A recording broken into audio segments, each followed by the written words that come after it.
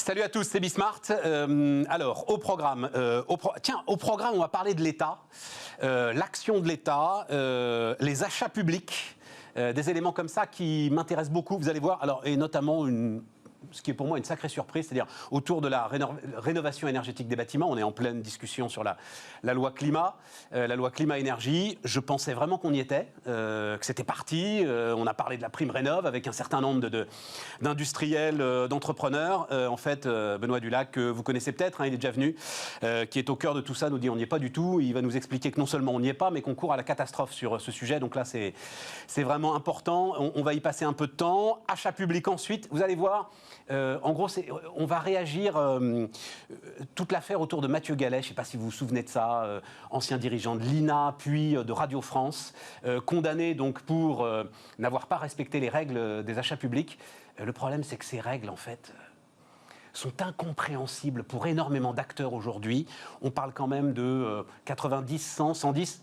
En fait, personne n'en sait rien. Est-ce que vous vous rendez compte de ça ? Combien l'État achète-t-il aujourd'hui quand on prend l'ensemble de ces structures publiques et parapubliques ? Personne ne le sait. Voilà. Donc ça nous fait deux beaux sujets. Et puis ensuite, nos aventures d'entreprise comme d'habitude. C'est parti, c'est Bismart. On démarre donc avec Benoît Dulac, fondateur des Éco-Isolateurs. Bonjour Benoît. Bonjour Stéphane. Tu es déjà venu ici nous raconter. Alors c'était quoi ? C'était à l'automne, oui. Où, pour le coup, j'avais l'impression, je crois que tu avais l'impression aussi, que les choses étaient en place, qu'on avait... Enfin, c'est le premier chantier de France, quand même, qui est devant nous, avec plusieurs milliards d'euros disponibles pour la rénovation énergétique des bâtiments. Et là, tu me dis, on n'y est pas. 6 mois après ou 5 mois après, on n'y est pas. Qu'est-ce qui se passe ? Alors, en effet, on n'y est absolument pas. Et ce qui se passe, c'est qu'il y a 5 millions de passoires thermiques en France. Ouais. Elles doivent être rénovées au plus vite puisque ce sont celles qui émettent le plus de gaz à effet de serre dans l'atmosphère. Elles sont évidemment habitées par des ménages en situation de précarité avec des revenus modestes. Et il faudra en rénover au moins 500 000, avoir des rénovations performantes pour au moins 500 000 par an. Si on veut être au rendez-vous des objectifs que le gouvernement s'est fixé lui-même. C'est fixé lui-même et a affiché au monde. Make the planet great again. Absolument, absolument. Et c'est minimum 500 000 rénovations thermiques complètes par an. Il s'en fait aujourd'hui moins de 50 000 par an. D'accord. Et plutôt 20 000. D'accord. Mais c'est pour ça qu'on a réformé l'ensemble des systèmes de subvention qui permettent de déclencher la mécanique et le cercle vertueux. En effet, sauf que ce qui a été déclenché a été une catastrophe industrielle à date. C'est-à-dire que, par exemple, MaPrimeRénov', qui devait distribuer 200 000 primes en 2020, on a distribué moins de 55 000. Des bugs à répétition, des problématiques sur le site internet, des restrictions sur les aides parce qu'il y a de mauvais coucheurs qui se précipitent sur des marchés parce qu'il n'y a pas assez de contrôle. Résultat, au lieu de développer la filière, systématiquement, on met le couvercle sur les aides parce qu'on n'arrive pas à juguler les éco-délinquants. Donc on en est, alors tu dis 50 000, c'est quoi ce chiffre de 50 000 ? C'est le chiffre déclaré. C'est toujours l'Agence nationale de l'amélioration de l'habitat, l'ANA, qui s'occupe de cette prime rénov'. C'est une émission du ministère de la Transition énergétique, c'est l'un des services. Pourquoi ? C'est un goulet d'étranglement, c'est-à-dire elle n'arrive pas elle-même en fait, à distribuer l'ensemble des primes, dont pourtant elle a les fonds. C'est ça le truc. Elle n'a pas réussi à les distribuer parce qu'elle a mis en place un nouveau système qui fondamentalement est plutôt bon, sauf que toute la mécanique, le process, l'IT derrière n'a pas fonctionné. Il a été mis en place beaucoup trop tard. Le Covid n'a sans doute rien amélioré, mais problème d'IT très fort. Encore hier, on avait la moitié des particuliers qui n'arrivaient pas à se connecter à la plateforme Internet. Est-ce que c'est juste une question de temps, Benoît ? Oui. Est-ce que ça veut dire que... Non, tu comprends, si le problème est réglé dans 6 mois, je comprends qu'on ait pris du retard et tout, mais bon, pour le coup, malheureusement, c'est le fonctionnement de l'État. Le problème, si ça n'est qu'une question de temps, c'est ce que l'on espère tous, sauf que c'est ce que l'on nous dit depuis des mois, et que depuis des mois, il y a des particuliers, notamment des modestes, qui ont fait des avances de fonds et qui ne les ont jamais récupérées, et pire, il y a des entreprises, notamment des collègues de l'isolation ou du chauffage, qui ont fait l'avance de fonds à la place de leurs clients et qui ne sont pas payés par l'État depuis des mois. Ouais, c'est ça. Et donc... Ça, c'est un vrai frein aujourd'hui au développement de l'offre. C'est-à-dire qu'on est sur donc, chantier gigantesque, on reprend effectivement, comme tu l'as dit, 5 millions de logements, 500 000 logements, donc il faudrait finalement multiplier par 10 l'ensemble du rythme sur lequel on est. Et autour de toute façon, et ça je crois qu'on avait parlé ensemble, autour de toute façon de ce chantier, de ce plus grand chantier de France, on a d'ores et déjà un problème de compétences. De toute façon, ce rythme de 500 000, il est intenable, même si l'ANA fonctionnait correctement. Il est intenable en l'état. Et deuxième problématique apparue récemment, il y a un axe sur lequel une filière de l'isolation. Il faut comprendre que l'isolation, en fait, c'est un nouveau métier. On remplace les chaudières depuis des années, mais isoler des maisons, en fait, c'est un métier qui est relativement récent. Donc il y a toute une filière à construire. Et la filière, elle a commencé à se construire il y a quelques années avec le lancement des offres d'isolation des combles à 1 euro. Alors ces offres présentaient des défauts initiaux, c'est-à-dire qu'il n'y avait pas suffisamment de contrôle. Et donc des entreprises peu vertueuses se sont engouffrées dans le dispositif, mais il y en a aussi beaucoup de très vertueuses et qui ont formé leurs équipes, qui ont embauché partout en région, qui ont créé de l'emploi et qui ont commencé à se structurer pour répondre à ce marché. Le schéma s'appelle le coup de pouce isolation. Ça a permis d'isoler, entre janvier 2019 et décembre 2020, 1,5 million de maisons. C'est la première fois qu'on arrivait à industrialiser quelque chose. Imparfait, certes, mais on commençait à l'industrialiser. On avait mis en place des systèmes de contrôle, beaucoup trop tardifs, mais dès qu'ils ont été mis en place, on a écarté tous les mauvais. Les contrôles qualité qui sont réalisés depuis, ils montrent des travaux qui sont globalement excellents. Et là, il se passe quoi? L'État nous annonce, par le biais du ministère, de nouveau, que la 5e période de C2E qui va démarrer bientôt, on va faire disparaître ce coup de pouce isolation. Ce coup de pouce isolation qui devait s'arrêter à la fin de l'année, on dit finalement, il ne s'arrête pas au 31 décembre, il s'arrête au 30 juin.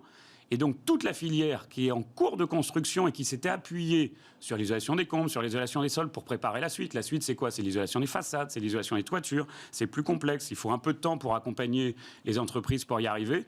On est en train de complètement la mettre par terre. La question, c'est si on met par terre ces entreprises... On verra après la question. Mais d'abord, pourquoi? Mais on est enfin, c'est quoi le sujet? C'est pour privilégier, parce que toi-même, tu te fais vraiment le promoteur de la rénovation globale. Donc c'est pour privilégier la rénovation globale, qui est effectivement la seule qui soit vraiment efficace, si on veut lutter contre le réchauffement, qu'on arrête ce coup de pouce isolation des combles? C'est l'idée, mais on le fait de manière beaucoup trop radicale. Et l'approche globale, on en fait depuis 10 ans, nous, dans le groupe. Depuis 2011, on fait des bouquets de travaux très complets. C'est très complexe. Mais bien sûr. Et donc, avant que la filière soit suffisamment mature pour réaliser 500 000 rénovations globales par an, il faut lui laisser le temps, il faut l'accompagner, il faut l'aider. Et c'est sûrement pas avec des schémas, et on a vécu que cela en 2020, on lance un système, on l'arrête. T'as un autre exemple? Attends, non, parce que moi, ça m'intéresse. Vas-y, on est là pour mettre le truc sur la table. Action Logement, organisme paritaire qui annonce qu'il va financer la rénovation énergétique des logements des salariés du privé à revenus modestes. Lance un dispositif qui est extrêmement bénéfique sur de l'approche globale, très largement. On a fait des milliers, il y a eu des dizaines de milliers de dossiers réalisés, et tout d'un coup, début décembre, tout est bloqué. Et depuis, grosso modo, il ne se passe plus rien. Donc finalement, Action Logement ne participe pas à la rénovation. On ne sait pas. C'est plus de 50 000 particuliers qui ont des dossiers chez Action Logement et qui aujourd'hui, on ne sait rien. Mais il y a des gens qui ont avancé de l'argent, là non, c'était tout payé par Action Logement quand même. C'était très largement payé. Il n'y a pas eu d'avance de fonds. Mais pour les entreprises qui ont travaillé avec Action Logement, c'est un investissement commercial et marketing. Pour les chantiers ne tombent pas tout seuls, les devis. Et donc c'est un investissement lourd. Et aujourd'hui. Et puis il y a peut-être des entreprises qui ont embauché des gars en fonction de ces chantiers, qui ont commencé à aller. Et toi le premier, voilà. Ça a été notre cas. C'était un excellent dispositif. Ça permettait enfin de faire de l'approche globale avec des restes à charge faibles. Parce qu'imaginez qu'un ménage modeste ou très modeste va être en capacité de sortir un reste à charge important aujourd'hui, alors que les banques refusent de les financer, ça ne peut pas fonctionner. Donc on est obligé pour l'isolation d'avoir des systèmes de subvention qui sont très incitatifs. Absolument.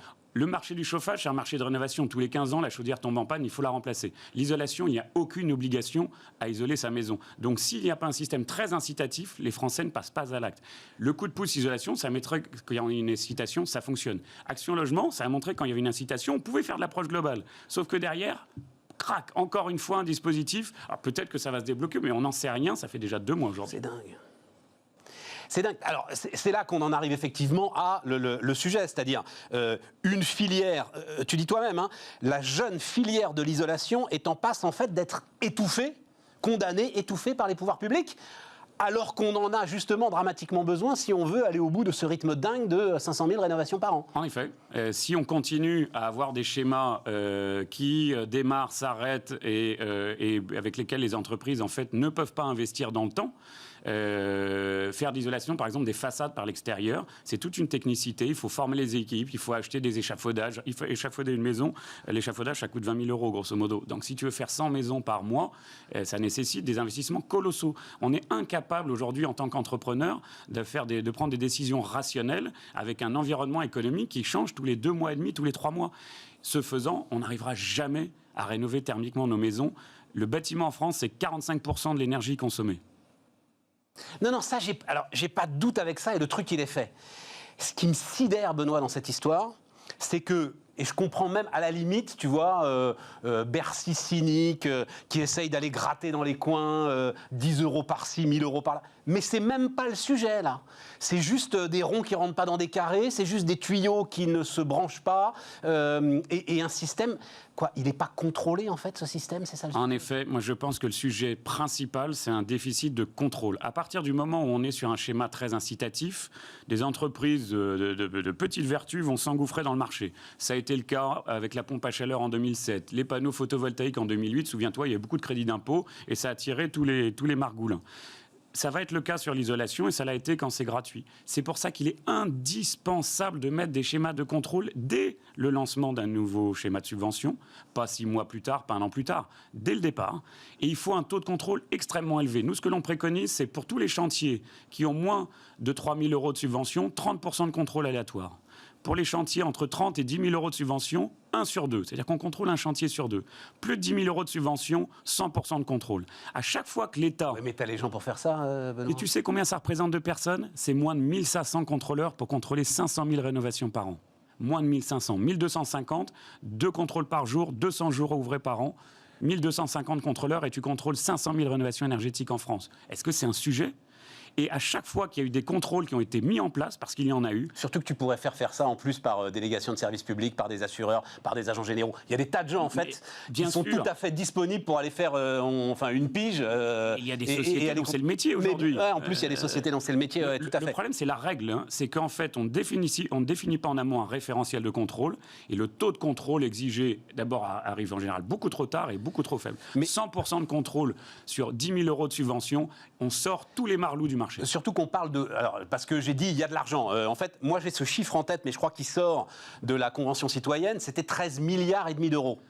Je ne sais plus ce qui représente ce chiffre de 13,5 milliards. Tu as une excellente mémoire, bravo. Oui. 13 milliards, c'est ce qu'il faudrait pour arriver à financer les 500 000 rénovations par an. Voilà, c'est aujourd'hui, il y en a sur le marché de la rénovation thermique des bâtiments, grosso modo 5 milliards. Enfin, déjà... 5 milliards, enfin, le contrôle de 5 milliards de subventions, ça peut effectivement passer par 1500 gars qui ne seraient en plus pas embauchés à temps plein. Enfin, ce serait... tout à fait.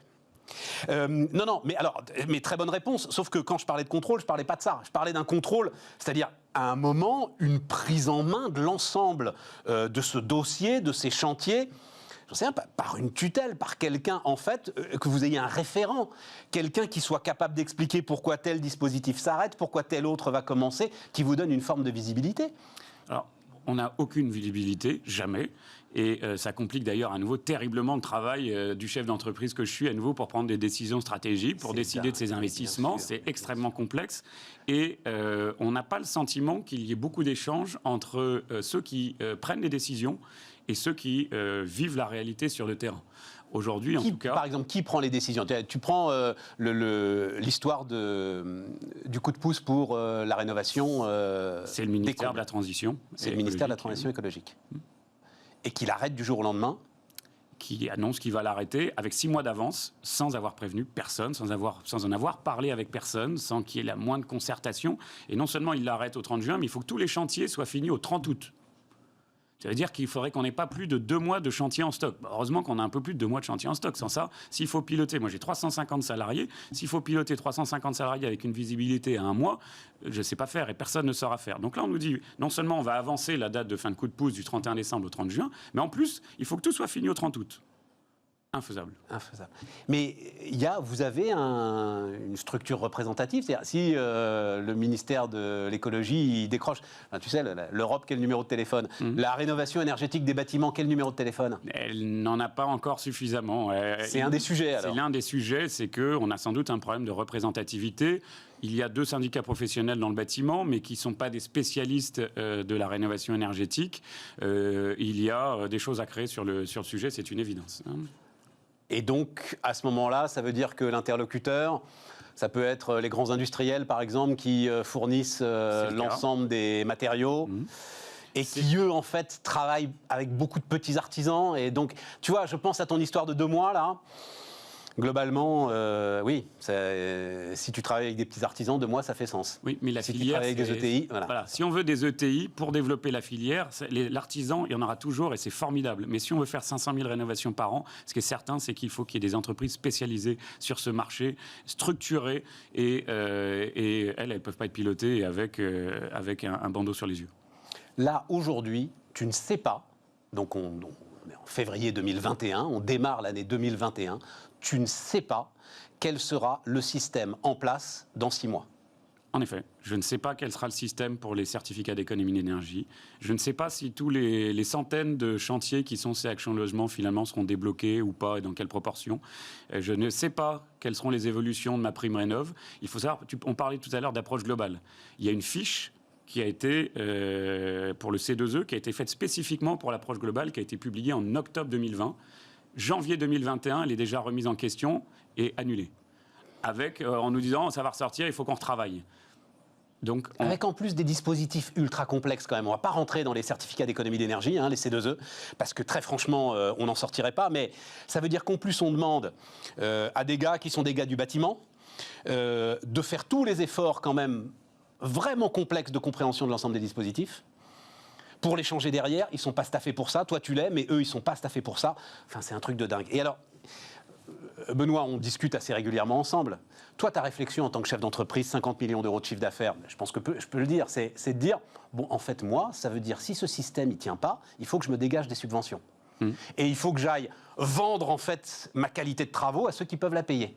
En effet. Et là, on rentre dans un cercle vicieux terrifiant, finalement. Dans un cercle vicieux terrifiant parce que les passoires thermiques ne seront jamais traitées. Et voilà. Les 5 millions de passoires thermiques, c'est rarement ce qu'on appelle, nous, les classiques, c'est-à-dire les gens qui ont les plus aisés, qui ont le plus de revenus, qui vivent dedans. Mais évidemment. Et pourtant, ce sont elles qui sont les plus émettrices de gaz à effet de serre. Et t'arrives, non mais même au-delà de ça, au-delà même sans le gaz à effet de serre, t'arrives sur ce paradoxe ahurissant, on va avoir un choc énergétique de toute façon. La facture d'électricité, la facture d'énergie, elle va augmenter. Et si on va au bout du système, ceux qui n'auront pas les moyens de la payer seront en plus les plus mal isolés et ceux qui consommeront le plus d'énergie. En effet. Et tu n'imagines pas... C'est ahurissant. Et je crois que tu n'imagines pas en région la quantité, il fait moins 10 là, cette nuit, la quantité de personnes dans ces maisons-là qui vivent avec un niveau d'inconfort thermique qu'on n'imagine pas au XXIe siècle. Ils ne sont pas capables de chauffer suffisamment parce que ça coûte trop cher. Résultat, cette nuit, ils avaient 5, 7, 10 dans leur maison. Et on en voit tous les jours, des dizaines. Ce qu'on appelle un très modeste chez nous, c'est quelqu'un qui gagne moins de 14 000 euros par an et qui a une maison. Il est incapable d'avancer quoi que ce soit pour faire le boulot. En effet. Évidemment. Et par contre, quand tu lui proposes un schéma, il va évidemment s'engouffrer, c'est très incitatif, et c'est pour ça qu'il faut le faire, c'est la seule solution. Mais pour que ça fonctionne et que l'argent public ne soit pas détourné, il faut contrôler. Ouais, non, mais ça, je comprends, contrôler. Oui, mais il faut déjà que t'aies l'argent public. C'est ça qui est dingue, c'est qu'il est là, pour le coup, il est au budget, il est voté, il y a plus de 2 milliards. T'as du mérite, hein. Non, mais sérieusement, hein. Sérieusement, c'est un truc de dingue.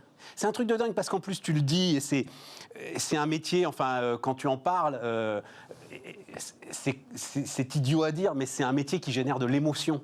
Oui. Quand tu isoles ces maisons, quand tout à coup, enfin, tu le racontes, les gens qui rentrent, une espèce de confort, mais que même nous, on n'imagine pas. T'insistes beaucoup sur même si vous croyez bien logé, bien chauffé, une rénovation globale, c'est un truc de dingue. Oui, c'est effectivement un truc de dingue, c'est-à-dire qu'on va diviser par 4 ou 5 la facture du chauffage. Donc tu prends une maison qui consomme 2 000 euros de chauffage, on la ramène à 400. Et surtout, tu rentres dans une maison dans laquelle tu as vécu depuis 5 ans, 10 ans. L'hiver, tu avais des courants d'air, tu avais froid. Et tu as une maison qui a une température extrêmement homogène.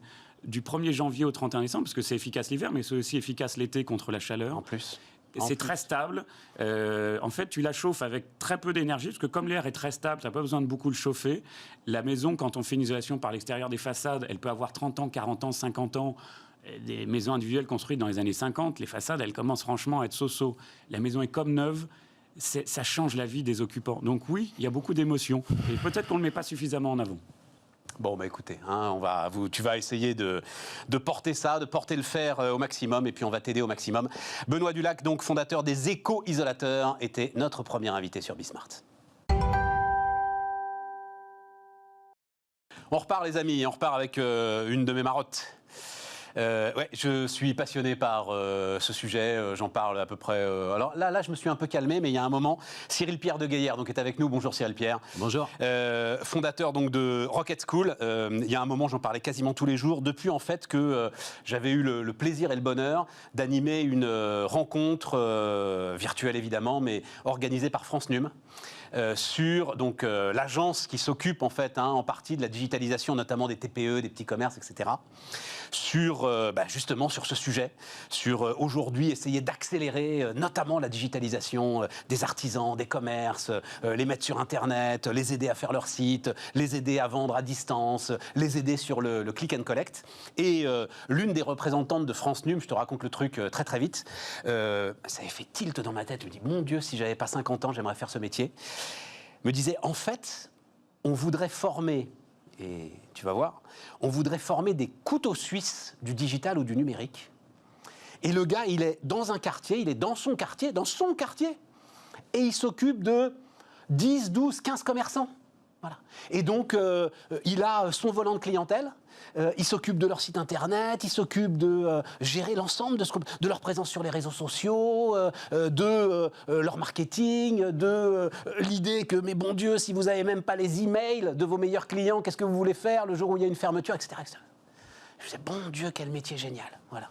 Et je vois Rocket School et je me dis, tiens, ces gars-là, ils doivent former à ce genre de métier. Il y a énormément d'opportunités et on peut parfois voir le numérique comme une crainte, mais on peut aussi voir ça comme une opportunité. Il y a encore des gens qui le vivent comme une crainte. Moi, j'ai pas l'impression là. On le voit un peu moins. On se demande comment faire, mais je crois que chacun a compris qu'il fallait plonger dedans. C'est ça. Peut-être ça, effectivement. Les gens se demandent comment faire. Et Rocket School, nous, on forme justement sur ces métiers d'acquisition de clients. Parce qu'en France, on est connu pour avoir les meilleurs ingénieurs, on sait produire. Et il y a énormément, avant j'étais directeur général adjoint d'Epitech, on fournit énormément de profils. Epitech, c'est une des grandes écoles du digital historique. Voilà. Tout à fait. Une excellente école. On forme quasiment 5000 personnes par an. Enfin, c'est une très belle école. Et en fait, en France, on a de quoi produire. On a des informaticiens, on a des ingénieurs, on sait produire. Mais quand on parle d'un bon vendeur, à qui on pense? Est-ce qu'on pense à un Français? Non, on va penser à un Américain. Les Américains sont connus pour le business. Nous, en France, on n'est pas connus pour ça. Et du coup, il y a une opportunité de dingue, parce qu'en fait, il y a 10 ans, la façon dont ils ont fait le commerce aux États-Unis a beaucoup évolué. Et aujourd'hui, les startups américaines et les belles startups françaises utilisent ces méthodes. Donc, on a des méthodes complètement nouvelles. Il y a un livre qui s'appelle The Predictable Revenue, qui a été écrit par Aaron Ross, qui commence à dater un peu, mais qui explique comment est-ce qu'on fait pour passer à la vente 3.0, à la vente d'aujourd'hui, à la vente des startups, où on utilise le numérique. On n'a plus de bottin. Mais aujourd'hui, il y a plein d'outils, il y a plein de façons pour mieux identifier ses clients, pour trouver leurs contacts, pour les appeler personnellement, pour les engager plus facilement. Et tous ces métiers, aujourd'hui, sont en tension énorme. Déjà, les commerciaux, c'était en tension. Ouais. Aujourd'hui, avant de venir, j'ai regardé sur Pôle emploi 50 000 offres. À fond. 50 000 offres de postes et l'ensemble des professionnels de la vente disent qu'il en manque 200 000. Et de l'autre côté, on a quasiment 3 millions de chômeurs. Mais je trouve ça horrible de me dire que d'un côté, il y a des gens qui pourraient bosser, qui souvent ont envie de bosser. De l'autre côté, il y a des boîtes qui n'arrivent pas à recruter. Et le concept de Rocket School, c'est un peu de faire le trait d'union entre ces deux mondes. Entre les gens qui ont envie de bosser et qui ont la personnalité pour être des bons vendeurs, des bons growth hackers, je vais utiliser 2-3 gros mots, mais des bons dans le marketing, chercher la croissance, dans le digital, qui vont chercher la croissance. Ouais, mais quand on emploie des mots comme ça, tu vois, alors j'adore moi, le revenu prévisible, growth hacker, etc. Mais alors pour le coup, ça peut un petit peu inquiéter. Celui qui est assis, parce que ce que je comprends moi, et c'est super intéressant, c'est qu'en fait, et alors on est au cœur du truc, c'est-à-dire, alors tu dis toi, 3 millions de chômeurs, ok. Moi, je pense plus à les cohortes de gamins qui sortent aujourd'hui de l'enseignement. Donc, c'est combien on dit allez, 150, 200 000 gamins qui sortent, pas forcément décrocheurs d'ailleurs, hein, mais avec des formations à la noix, quoi, voilà, et qui ne sont pas en lien avec le marché du travail. Et toi, ton idée, c'est des cours en mode commando, c'est ce que je comprends bien. Ce qui est d'ailleurs Rocket School, voilà, ça tombe très. C'est ça, c'est 3 mois de cours. C'est l'idée. En fait, on est sur on a 3 étapes. La première, c'est identifier les profils qui ont toutes les chances de réussir, et on le fait avec des tests de personnalité. Soft skills, ça c'est très à la mode. Tout à fait, ce que nos amis américains appellent les soft skills. Si t'as pas de diplôme, c'est pas grave. Tout à fait. Exactement. Et ce qui fait que dans nos profils, on a autant des bac-3, j'ai un légionnaire qui avait 10 ans d'expérience, qui avait que le brevet, qui a fait la formation, qui est en CDI aujourd'hui, comme un vulcanologue qui a un bac+8 et qui ne trouve pas de boulot. Donc on identifie sur la personnalité des gens qui ont toutes les chances de réussir. En plus, alors, que ce soit le légionnaire ou le vulcanologue, à la machine à café, ça doit être top quand même. C'est-à-dire, les deux, ils ont des histoires à raconter. Des belles histoires à raconter. Je referme la parenthèse. Vas-y, continue. Et en fait, grâce à la personnalité, on va être capable, on utilise un outil qui s'appelle Assess First, on est capable de savoir, on va chercher pour des commerciaux des gens qui aiment bien aller vers les autres. C'est ce que tu appelles ton algorithme anti-chômage, là ? Une partie de l'algorithme anti-chômage, tout à fait. Et basé sur une société qui s'appelle Assess First, qui est un outil qui est très bien, qui permet de faire du recrutement prédictif. Et donc ça, c'est des gars qui, en fait, ont toutes les capacités pour s'intégrer dans des équipes, pour bosser. Simplement, il n'y a pas eu la bonne rencontre au bon moment. Voilà, ça s'est pas fait. Alors, le gros problème dont on parlait tout à l'heure, c'est en fait les gens qui sortent même d'études. Aujourd'hui, c'est quoi les métiers que vous connaissez ? On parle de growth hacker. Personne ne va connaître. Et growth hacker, c'est un hybride entre le geek et le marketing qui va être au service de la croissance de l'entreprise. Mais il n'y a pas grand monde qui connaît. Et surtout pas quelqu'un qui a 22 ans et qui a fait un cycle classique. Donc le problème, c'est qu'on ne connaît pas ces métiers. Et grâce à la personnalité, nous, on est capable de lui dire « Ah, tu vois, toi, tu aimes bien aller vers les autres, tu es persévérant, tu pourrais faire un bon commercial, un business développeur. » Mais les gens ne connaissent pas ce métier. Quelqu'un qui est curieux, qui aime bien creuser, qui aime bien chercher, qui aime bien faire les choses en gros, pas forcément dans le détail, donc il va creuser 10 trous plutôt qu'un. Ben on va lui dire, toi, tu pourrais être growth hacker, tu vas pouvoir, tu as un côté curieux, tu vas chercher plein de petites pistes pour trouver de la croissance. Et une fois que tu en as trouvé quelques-unes, tu creuses à fond. Cyril Pierre, alors Epitech, pour le coup, ça m'amène à la fameuse école 42 de Xavier Niel. C'est-à-dire, c'est le gros sujet aujourd'hui. Vous vous adressez aussi à des gens. Alors, je pense toujours aux gamins qui peuvent avoir aujourd'hui 20-25 ans. En fait, en plus, ils sont, pour beaucoup d'entre eux, dégoûtés des études. Il y a une sorte de culture de l'échec qui s'est installée en eux. On leur a dit qu'ils étaient bons à rien, globalement, ou on leur a fait comprendre qu'ils étaient bons à rien. Donc, il faut lutter contre tout ça, quand même. C'est vrai. Et c'est pour ça, on est sur une approche où, typiquement, on a des locaux, les locaux de Rocket School, dans chaque ville où on est dans des incubateurs. On est entouré de start-up. Ce qui fait que des gens à qui on aura dit tout le temps, tu n'as pas le droit de réussir, ils vont entendre des gens dire, tiens, j'ai levé, tiens, j'ai vendu un nouveau client. Et ils entendent ça toute la journée. Ce qui fait que pendant 3 mois, donc ce stage commando, avant qu'ils arrivent en entreprise, ils entendent que des gens dire, on réussit. On travaille avec l'incubateur HEC. Donc, ils bossent pour des startups d'HEC. Donc, sur leur CV, ils mettent HEC. On les fait bosser avec Google. Ils ont des certificats Google. Donc, ces gens qui, avant, n'étaient pas forcément très visibles, deviennent visibles. 3 mois de commando, et après, tu les plonges tout de suite dans l'entreprise. C'est ça, hein, en alternance. On a 2 possibilités. On a soit CDI, 15% de nos profils. Au bout de 3 mois déjà, les mecs, ils alors CDI, c'est que 15% parce que c'est quand même, on arrive sur des jobs qui sont sur des salaires entre 35 et 45. 15%, c'est beaucoup au bout de 3 mois de formation, dis donc. Du coup, il faut que ce soit des gens costauds déjà. Ouais, c'est ça, d'accord. Donc on a des gens costauds à qui, en fait, on rajoute une petite couche qui étaient peut-être déjà des bons commerciaux, on rajoute la couche numérique, 3.0. Okay. Et ceux qui sont un peu moins à l'aise, on leur laisse, ils sont 4 jours sur 5 en entreprise, donc c'est beaucoup de startups, mais pas que des startups qui veulent développer leur croissance, qui leur font confiance. Mais l'intérêt de l'alternance, c'est double. Pour la personne qui se forme, du coup, la marche, elle est moins haute qu'un CDI. Ils ne risquent pas de se faire virer au bout de 2 mois parce qu'on leur demande de faire 20 000 € de marge. Il n'y a pas de doute. Donc 1 an. Non, mais ça, alors... L'alternance aide aujourd'hui, mais ça, il y a ça aussi, je crois que tout le monde a compris. Apprentissage, alternance, c'est vraiment notamment pour l'ensemble de ces populations qui parfois ont été un peu éloignées de l'emploi, c'est vraiment des passages extraordinaires pour revenir sur l'entreprise. J'ai vu dans l'ensemble de ce que tu racontes. Donc, alors attends, mais la question, qui paye ? Qui paye ? Alors, ce qui est très bien, par rapport à une école classique, ce n'est pas les étudiants qui nous payent. Donc nous, on ne va sélectionner que des gens qui ont vraiment toutes les chances de réussir. Et ensuite, qui paye ? On a Pôle emploi qui nous aide, qui est un super partenaire pour prendre des gens qui étaient au chômage, qui nous aide à les sourcer, qui nous aide à leur parler des nouveaux métiers, et ensuite qui va financer leur formation de 3 mois. Et après, on passe sur un modèle d'alternance où finalement c'est des opérateurs de compétences, c'est l'entreprise indirectement l'entreprise qui paye. Absolument.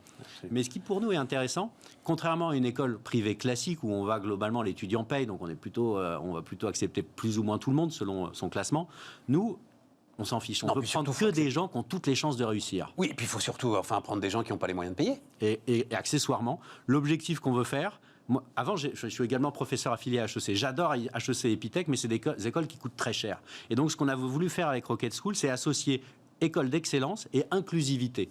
Donc, pas de recrutement sur diplôme. Donc là, tous les gens qui nous écoutent, qui ont envie de se reconvertir, potentiellement, peuvent postuler. Ouais, tu dis jusqu'à 50 ans.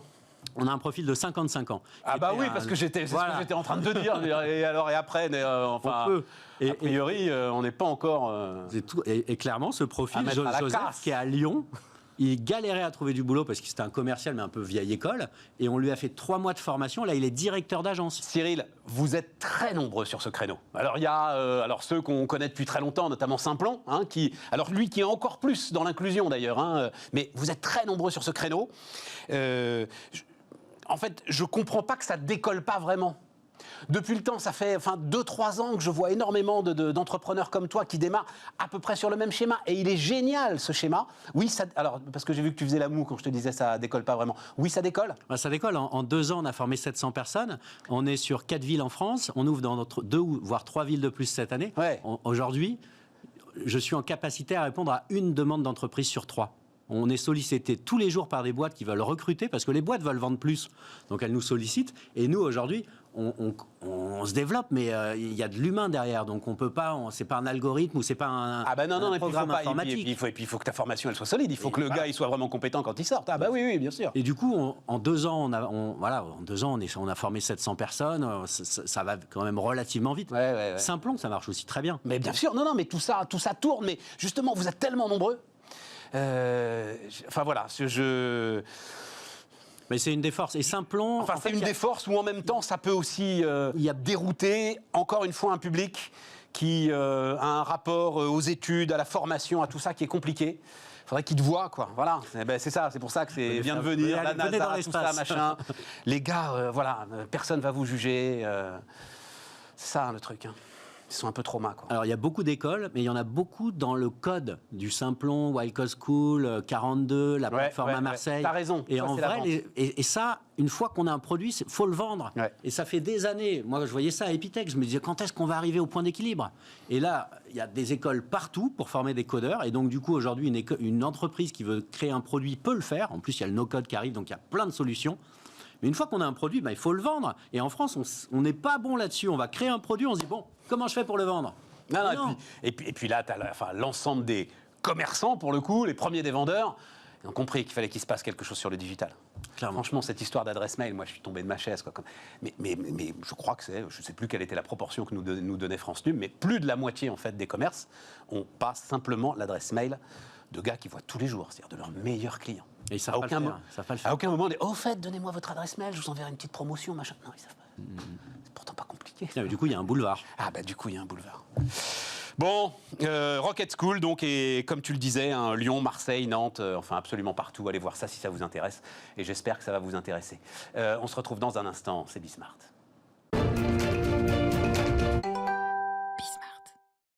On repart, les amis. On repart avec Olivier Weinstock, Agile Buyers. Bonjour, Olivier. Bonjour, Stéphane. Tu vas venir nous voir régulièrement, Olivier. Tu as eu la bonne idée. Le mec, c'est genre... c'est une surprise, comme si on n'en avait pas parlé et tout. Non, mais Bismart, c'est la chaîne de la transparence. On est d'accord. Voilà. Comme l'achat public, d'ailleurs, c'est une des règles de l'achat public. Alors, c'est une des règles de l'achat public dont on va parler. Non, mais l'idée que tu as eue, Olivier, qui me plaît bien, donc les achats, ça nous passionne. Toi, c'est ton cœur de métier. Oui. Moi, ça m'intéresse énormément. Ils sont au cœur aujourd'hui d'énormément des injonctions qui pèsent sur les entreprises et sur le secteur public. Et donc, quand l'actualité pourra nous permettre de réfléchir aux achats, à ce moment-là, tu viendras. Et là, en l'occurrence, c'est... autour, alors je ne sais pas si vous avez suivi ça, mais justement je vais vous dire ça. Donc la peine qui a finalement été allégée pour l'ancien président de Radio France, Mathieu Gallet. Est-ce que vous vous souvenez de cette histoire ? Donc condamné pour favoritisme en janvier 2018 pour des attributions de marché public qui remontaient à l'époque où il était président de l'Institut national de l'audiovisuel, de l'INA. Donc condamné pour avoir commandé près de 400 000 € de prestations à 2 sociétés de conseil sans avoir respecté les règles des marchés publics. Alors pour l'un, c'était pas de mise en concurrence. Et pour l'autre, c'était le cabinet Roland Berger, qu'on connaît bien, enfin, je ne sais jamais si on dit Berger ou Berger d'ailleurs, enfin vraiment gros cabinet, appel d'offres beaucoup trop court, appel d'offres de 5 jours. C'est ça. Alors d'abord, il a quand même écopé d'une peine de prison. Alors d'abord, ça l'a obligé à partir de la tête de Radio France. Surtout, et ça, voilà, surtout. c'est ça. Oui, enfin quand même, 1 an de prison avec sursis, quand t'as ça derrière toi, c'est chaud quand même, je pense. Mais il ne l'a pas eu. Voilà. Donc il avait d'abord écopé d'une peine d'1 an de prison avec sursis. Finalement, donc elle est levée en appel. En revanche, son amende est portée de 20 000 à 30 000 euros. Et ça nous rentre dans le sujet qui t'intéresse. Je cite son avocat. Tout ce qui a trait à l'intentionnalité de la peine a disparu. Il ne reste que les erreurs de procédure. C'est ça. Et c'est ça qui t'intéresse, Olivier. Pourquoi ? Ce qui est intéressant, c'est que se poser la question, c'est le cas de Mathieu Gallet, il va faire un peu jurisprudence dans les esprits. Qu'est-ce qui se passe ? On est en train de dire qu'il ne s'est pas enrichi, qu'il n'a pas fait une action qui était mauvaise pour l'entreprise qu'il dirigeait. Par contre, il n'a pas suivi la procédure. Ouais. C'est vrai. Ouais. Il n'a pas suivi une procédure. Mais on n'a pas dit que ça avait causé du tort à l'entreprise pour laquelle il bossait. En d'autres termes, aujourd'hui, je vais faire simple. Vas-y, non, mais on a 9 minutes. Les On a le temps acheteurs- d'être un peu compliqué. Les acheteurs publics, ils fonctionnent sur une triptyque. Le premier, c'est le juridique. Avoir un juridique qui soit nickel. Le deuxième, c'est la performance économique. Et le troisième, c'est la performance opérationnelle. Donc, en d'autres termes, ce qu'ils achètent, il faut que ça respecte les codes des marchés publics, Ouais. qui peuvent être compliqués. Ouais. Il faut qu'il y ait un intérêt économique, donc qu'ils aient fait un appel d'offres, par exemple, pour avoir la meilleure offre financière. Et il faut que ça fonctionne bien, que ça s'utilise bien. Eh bien, le problème, c'est que la dérive qu'on peut avoir, c'est que les dirigeants publics vont avoir peur que du juridique. Parce qu'en l'occurrence, Mathieu Gallet, il s'est fait dégommer sur un sujet juridique. Sans doute que c'était la meilleure performance économique, je ne sais pas, ou opérationnelle. Donc tout le problème... Et Ouais, moi, c'est ce ça. qui- C'est ce que qui les mecs m'inquiète, soient c'est ça. tétanisés. Voilà. Et il y en a qui sont tétanisés. Et pourquoi ça me gêne ? Parce qu'on voit que depuis 5 ans, en termes d'achat public, il y a des procédures, des façons de travailler qui sont de meilleure en meilleure, qui sont de plus en plus professionnelles. Et les gens pensent pas qu'au juridique, et enfin, les acheteurs publics, et les bons acheteurs publics pensent de plus en plus à la partie opérationnelle et la performance économique. Sauf que la performance économique, c'est nos sous. D'accord ? Ah, mais C'est c'est même le sujet de tous les sujets quand on parle de la dépense publique. C'est ça. C'est pas le sujet, c'est est-ce qu'il y en a trop, pas assez et tout. Ça, c'est un sujet idiot. C'est quelle efficacité elle a, cette dépense publique. Voilà le sujet. Donc, voilà, ce que j'espère, c'est juste qu'il y aura pas que ça va pas marquer les esprits. Alors, ça se finit bien, mais malgré tout... Enfin, ça se finit bien, non, parce qu'il a perdu son poste. Mais, C'est alors ça. quand même, attends. Alors, 2 choses. D'abord, premier point, j'ai découvert grâce à toi. On va voir un petit graphe là, parce que tu me dis, attention, c'est des montants super importants, Ouais. c'est 10% du PIB et tout. Je dis 10% du PIB, machin. Donc je vais regarder, moi, bon vieux journaliste, je vais sur la base de l'État, le graphe va arriver, enfin j'espère qu'il va arriver, puis s'il n'arrive pas, c'est pas... Voilà. Je vais sur la base de l'État, chiffre clé, machin, Bercy, enjeu d'achat public, 90 milliards d'euros. Je te dis, bah Olivier, non, c'est 3% du PIB, quoi, c'est pas là. Et tu me dis, non, ça là, donc j'ai ministère, j'ai établissement public et organismes, j'ai hôpitaux, j'ai collectivités territoriales. Ça, c'est qu'une partie du gâteau. Ça, c'est qu'une partie du Je vais gâteau. t'expliquer pourquoi. Déjà parce que cette analyse, ces chiffres, je les connais bien, c'est du déclaratif. Numéro 1, toutes les commandes en dessous de 90 000 euros ne sont pas là-dessus. Donc autant un ministère a peu de commandes en dessous de 90 000 euros, autant... Ah bah, collectivités territoriales, hôpitaux... Ils ont que ça. Ouais. Donc on oublie. D'ailleurs, pour les collectivités territoriales, il y a une autre étude qui a montré justement que les 20 milliards qui sont là sont plutôt 80 milliards. Voilà. Mais c'est pas possible. Mais si, parce qu'ils n'ont qu'une petite dépense. Mais c'est énorme, les collectivités territoriales. Mais je veux bien que ce soit... Moi, c'est pas sur le Les montant, lycées. c'est qu'on sache pas. C'est que Bercy, dans les documents officiels de vote du budget, te met 20 milliards d'euros d'achat des collectivités territoriales, et que le gars qui est le praticien dit, non, c'est sans doute plus... Tu vois, c'est pas 2 fois plus, c'est 4 fois plus. Et alors, ce qu'on retrouve, c'est qu'il y a tellement d'acheteurs publics, c'est tellement varié. On a certains des ministères, mais on a des conseils régionaux, on a des petites mairies, des grosses mairies, on a des organismes publics ou parapublics, je ne sais pas, SNCF, RATP, ces gens-là suivent une commande publique. Ils suivent le même processus, d'ailleurs, que l'INA. Mathieu Gallet. Que Mathieu Gallet, le même. Donc, en fait, c'est extrêmement large. Ces chiffres, par exemple, effectivement, il manque une partie. Mais en tout cas... Ah ben non, mais si t'es vraiment sur 10% du PIB, hein, c'est pas 89 milliards, c'est 270. Donc, Mais qu'on soit à 3, 4 ou 5, on est en train de dire que ça a quand même un impact fort sur le PIB. Ah ben Voilà. super important. Après, le sujet. On doit pas être loin d'avoir le même âge. On a tous vu, moi, ce qui a été pour moi l'un des documents journalistiques les plus spectaculaires de ma carrière. Est-ce que la cassette mairie, ça te dit quelque chose? Tout à fait. Voilà, je le dis très très vite, attribution des marchés publics dans les Hauts-de-Seine. Et on avait un entrepreneur, avant son suicide, qui enregistre une confession incroyable où il raconte comment il surfacturait l'ensemble de ses marchés pour ensuite envoyer des commissions et des rétrocommissions vers le RPR. Urbac-Graco avec le Parti Socialiste, c'était la même chose. Et là, on est au cœur des années 90. Bon. Tous les gens qui font aujourd'hui ces règlements, ils restent aujourd'hui traumatisés par ça. C'est exactement ça. C'est exactement ça. Il y a encore le traumatisme des problèmes sur les travaux en années 90 ou même de la gestion des déchets. Et ça a complètement traumatisé précisément le législateur français. Oui, mais c'est pas mal quand même, non Alors, non, mais c'est très très bien. C'est très très bien qu'est-ce contrôle. Maintenant, il y a une disparité en Europe. Je prends un exemple. Aujourd'hui, en France, c'est du pénal de faire une erreur. En Allemagne, ça ne l'est pas. Voilà. Alors, il y a encore des amendes, mais il n'y a pas du pénal. Donc, on est tout à fait d'accord. Le fait qu'il n'y ait plus qu'on évite que l'argent soit jeté par les fenêtres, d'une part, dans le bon prix, c'est quand même pas une mauvaise idée, et le fait qu'on évite la corruption, évidemment que c'est important. Et évidemment que ces règles sont bien faites pour ça. Maintenant, il ne faut pas que dans la façon dont on dépense les deniers publics, il n'y ait que cette composante-là. Il faut qu'il y ait ce triptyque. Les règles, elles ont du bon. Elles sont fondamentalement bonnes. Je vais juste là-dessus. Les règles sont fondamentalement bonnes. D'abord, elles permettent l'accès à tous à la commande publique. C'est des très bonnes règles. Il y a un deuxième point, c'est la transparence. Ça veut dire que quand il y a eu un appel d'offres, on peut connaître qui a gagné et pourquoi. D'ailleurs, le public le fait peut-être même mieux que le privé. Et il y a une égalité de traitement. Donc, ces trois règles, elles sont très bien. Le seul problème qu'on a, c'est que la règle s'applique de la même façon qu'on soit une grosse entreprise ou une petite mairie. Évidemment, quand on est la RATP, la SNCF, qu'on est l'Andra... Sur un marché de 3 milliards... Ils savent très bien le faire parce qu'ils sont très équipés, il y a beaucoup de monde et ils le font très bien.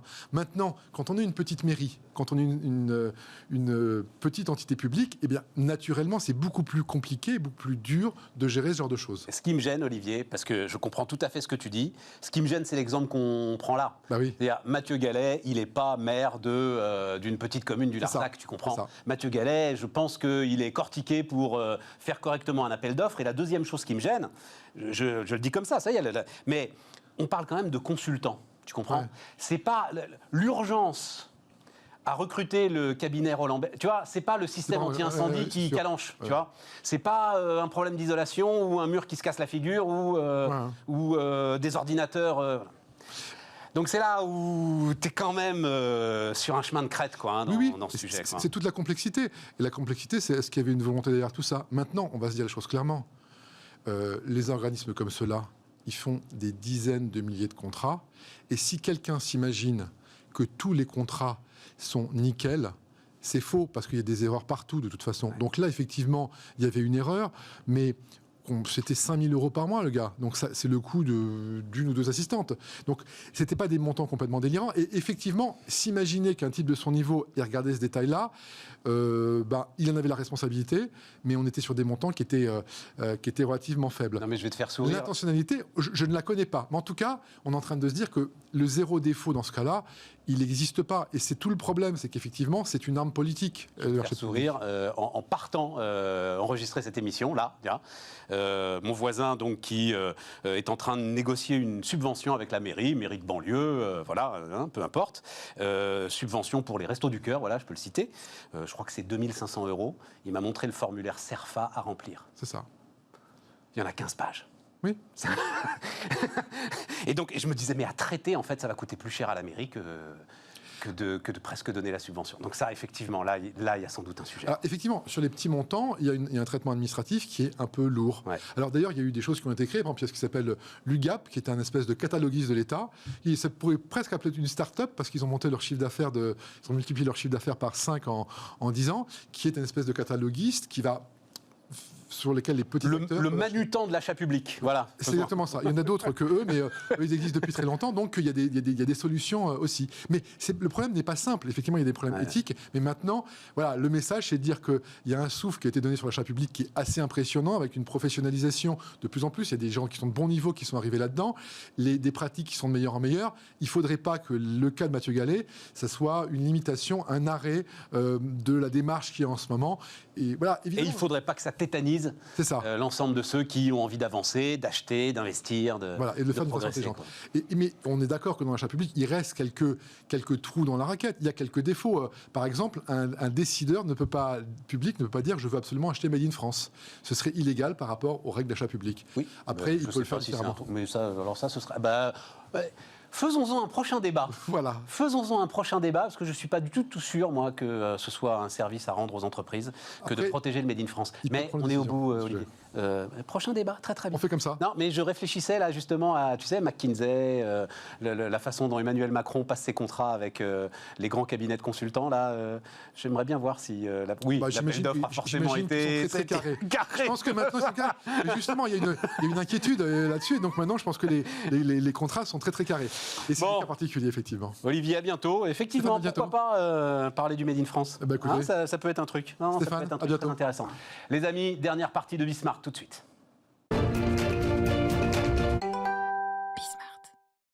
On termine, les amis. On termine avec Romain Révéla, fondateur de Hapital. Bonjour Stéphane, ravi d'être là. Et alors ? Moi aussi, ravi que vous soyez là. Happy Hôpital, c'est ça le truc, Romain ? Alors il y a un jeu de mots en effet sur happy pour apporter du sourire dans un endroit où c'est pas forcément évident. Mais ce n'est pas que l'hôpital. Attends, moi d'abord un truc, alors on va raconter pourquoi on a besoin... Enfin, en fait, le truc qui m'intéresse beaucoup, c'est l'efficacité du privé. Mais attends, comment est-ce que quelqu'un qui a fait donc Polytechnique, École des Ponts, McKinsey, le cabinet de consultants que maintenant tout le monde connaît, c'est le cabinet préféré de la République, c'est fournisseur du président de la République. Comment est-ce que tu arrives sur l'hôpital ? Alors, il y a normalement, c'était ingénieur, la Polytechnique, École des Ponts, etc. Enfin, tu devrais être... ça, déjà, il y a, je pense, aujourd'hui, une vraie école pour entreprendre et pour apprendre à une vision 360 de certaines problématiques. Donc ça, je pense que le passé, que ce soit les études ou le travail, m'a beaucoup aidé pour justement être confronté à un environnement qui peut être très complexe. Après, pourquoi l'hôpital ? En fait, parce que tu es dans le service, il n'y a rien d'industriel dans l'hôpital. Il y a beaucoup de techniques et il y a beaucoup de complexité sur ce secteur-là. Et comment on y est arrivé ? Tout simplement, en fait, avec mon associé, on a été d'anciens aidants. On a été confrontés à la maladie, que ce soit à l'hôpital. D'anciens aidants, tu veux dire ? Oui, d'anciens aidants, tout à fait. Et donc, on a constaté que finalement, c'était en 2012 à l'époque, qu'il y avait vraiment encore beaucoup de choses à faire. Certes, il y a une excellence médicale en France. Je pense qu'elle a fait la une des journaux une fois ces derniers mois et on peut en être fier. Mais où il y a vraiment en fait beaucoup de choses encore à faire et à apprendre sur le service, la qualité de service au sein de ces environnements. C'est pour ça que tu es là. On a vu les deux. On a vu effectivement l'efficacité du système, le dévouement des gars, etc. Et en même temps la rigidité de ce même système et la difficulté. Enfin, que les gars se retrouvent avec des blouses en plastique, en sac poubelle. Moi, je suis tombé des nues. Et donc, c'est là qu'on se dit, il y a forcément des choses qui ne s'imbriquent pas correctement. Parce que c'est même pas un problème de moyens quand on se retrouve avec un sac poubelle pour s'occuper des gens. On est d'accord ? C'est qu'à un moment... C'est pas évident, c'est sûr. Voilà, c'est qu'à un moment, la fluidité du système n'est pas... Et donc toi, c'est vraiment sur la fluidité du système que... nous, aujourd'hui, on intervient, donc Hapital, on est vraiment dans la e-santé et on accompagne aujourd'hui 400 partenaires sur la partie innovation. Donc on est à la fois hôpital public, mais on est aussi un peu dans le privé et aussi sur les EHPAD. Ouais. Donc ça, c'est vraiment, on a un panache en fait, d'intervention qui est assez large aujourd'hui. Et on va venir traiter 4 problématiques. Alors vas-y, 4 problématiques. La première, c'est vraiment essayer de digitaliser au plus les parcours des patients. Donc là, on voit Doctolib l'a beaucoup fait sur justement ville-hôpital et la consultation, mais il y a encore beaucoup de choses à faire. Alors c'est quoi par exemple ? Qu'est-ce que tu peux digitaliser ? Sur cette partie-là, on a des solutions de e-parcours. toute la partie préadmission en ligne. Donc ça, c'est faire la paperasse en fait pour pouvoir rentrer à l'hôpital. Aujourd'hui, il faut aller à un guichet à l'hôpital, c'est physique. Et donc là, on vient digitaliser pour pouvoir le faire de chez soi facilement. Donc on apporte de l'efficience et de l'expérience. On aide énormément dans le lien avec les complémentaires santé. C'est aujourd'hui encore très papier, par téléphone. Donc là, on met à disposition aussi des outils. Et une des demandes de confort qui est la première aujourd'hui d'un patient, c'est d'être seul dans sa chambre. Donc sur la chambre individuelle, aujourd'hui, on a développé aussi une solution digitale qui permet de se dire, avant d'arriver à l'hôpital, je peux faire confirmer à l'hôpital est-ce que je souhaite ou pas une chambre seule, faire le lien avec sa mutuelle. En mode billet d'avion, là, alors. Alors c'est pas pré-réservation. Je pré-réserve mon siège. Ouais, voilà. C'est vraiment pas une oui, mais là, c'est réservation. une question. Là, tu peux pas. C'est une question de place disponible. J'imagine que les chambres individuelles. Alors aujourd'hui, elles sont en effet en général toutes occupées. Ouais. Mais en fait, il n'y a pas de. En fait, alors il y a pas de gestion prévisionnelle. Tu veux dire ? Il n'y a pas de gestion prévisionnelle, on va dire, des demandes. C'est-à-dire qu'un patient qui en fait la demande ou celui qui en fait pas la demande, finalement, la pièce, elle est jetée en l'air et il sera mis ou pas en chambre individuelle. Et donc il y a pas de. Il y a beaucoup de frustration. Ouais, mais comme tu le dis toi-même, tout le monde en fait la demande. Tout le monde a envie d'avoir une chambre individuelle. C'est le cas, mais aujourd'hui, c'est aussi il y a une autre problématique, c'est que c'est payant. Ouais. C'est une prestation qui est proposée par l'établissement. D'accord. Sauf s'il y a une raison médicale où là, c'est pris en charge par la sécurité sociale. Mais en fait, aujourd'hui, il y a quand même un sujet de pouvoir distinguer qui en fait vraiment la demande ou pas par rapport à des enjeux financiers que peuvent connaître les établissements. Et donc là-dessus, nous, on vient à la fois améliorer l'expérience des patients, mais aussi traiter des sujets d'efficience. Et donc tout ça, ça part des établissements de santé. C'est-à-dire il faut que tu ailles en fait digitaliser les établissements de santé. Oui, tout à fait. Ouais. Donc, on vient digitaliser les processus. Pour qu'eux-mêmes ensuite puissent proposer ce parcours client totalement digital. Et nous, on a développé une approche qui est vraiment... On ne vient pas transformer des outils qui peuvent avoir historique, on vient vraiment se plugger sur ces outils-là. Ça, c'est la clé. Et vraiment faire la passerelle entre l'expérience patient d'un côté, qui est notre spécialité, et la complexité qu'on peut retrouver dans un hôpital à travers nos outils digitaux. On est un des premiers acteurs à avoir aussi suivi le patient de son entrée à sa sortie. Aujourd'hui, on a un suivi du patient sur toute son hospitalisation pour le compte des hôpitaux, et on peut justement au bon moment lui proposer soit de remplir je dois dire, tiens, par exemple, ça j'ai décroché, le dossier médical personnel, il existe ou il n'existe pas en fait alors, cette histoire alors, le dossier médical, le DMP aujourd'hui, c'est quelque chose qui existe mais qui a beaucoup de mal à se développer, qui est en train de se développer de plus en plus. En fait, c'est ce que tu fais finalement. Alors nous, non, on n'est pas sur la partie médicale, on est vraiment nous sur des aspects administratifs et confort. D'accord. Tout à l'heure, tu disais happiness. Ouais, tout à fait. On est vraiment tourné, nous, on veut vraiment transformer l'expérience du patient à l'hôpital. Donc ça, c'est à la fois la digitalisation, mais aussi son expérience à travers le service. Et ça renforce l'efficacité des hôpitaux, ça ? Et aujourd'hui, oui, ça renforce l'efficacité puisque on va, nous, travailler sur le sujet. On a des gains d'efficience donc, sur la partie coût, parce qu'aujourd'hui, beaucoup de choses sont faites à la main. Et donc là-dessus, il y a des enjeux de coût, mais aussi de recettes, parce qu'ils ont des prestations qu'ils n'arrivent pas forcément à bien mettre en avant.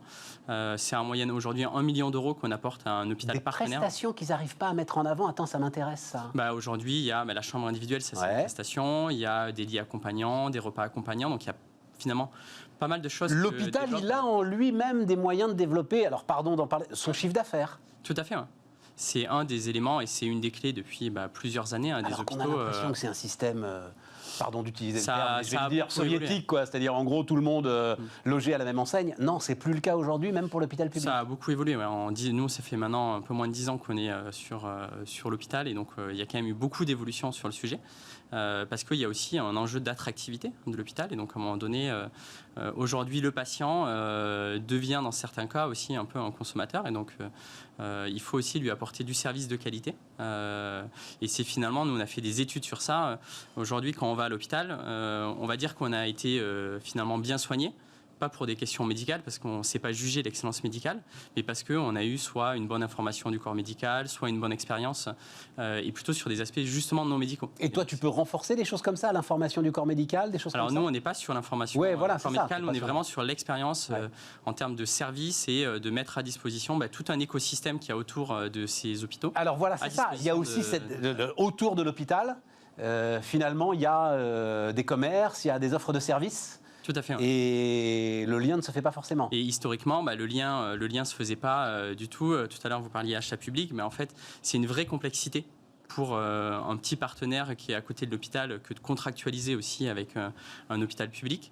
Donc nous, on vient jouer aussi justement ce rôle d'intermédiaire de qualité. On va pouvoir encapsuler finalement toute cette complexité administrative d'un marché public.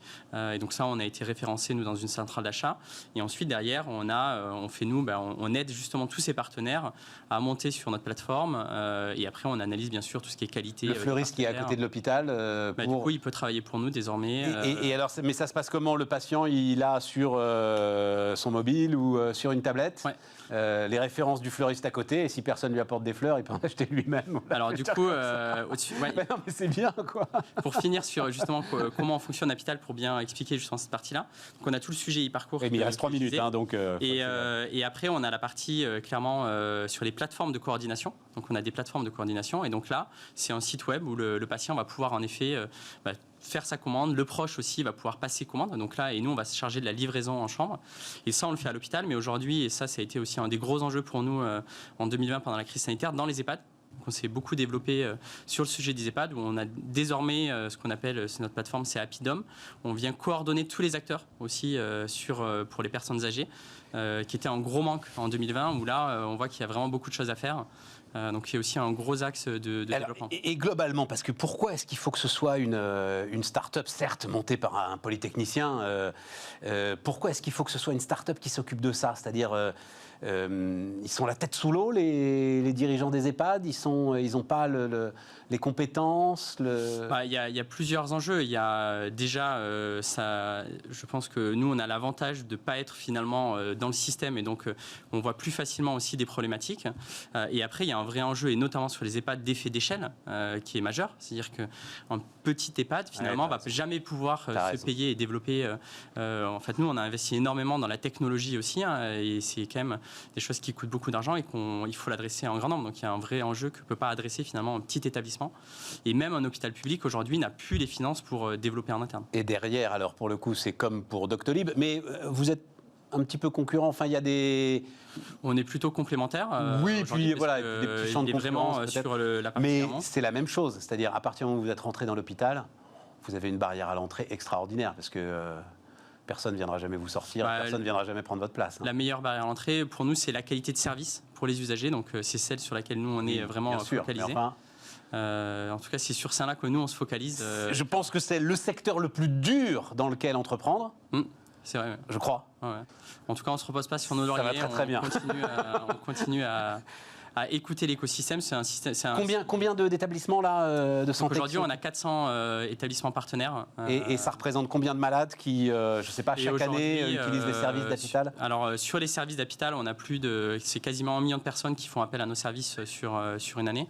Et l'ensemble, c'est un peu plus de 3 millions de patients qui passent dans les hôpitaux dans lesquels on est.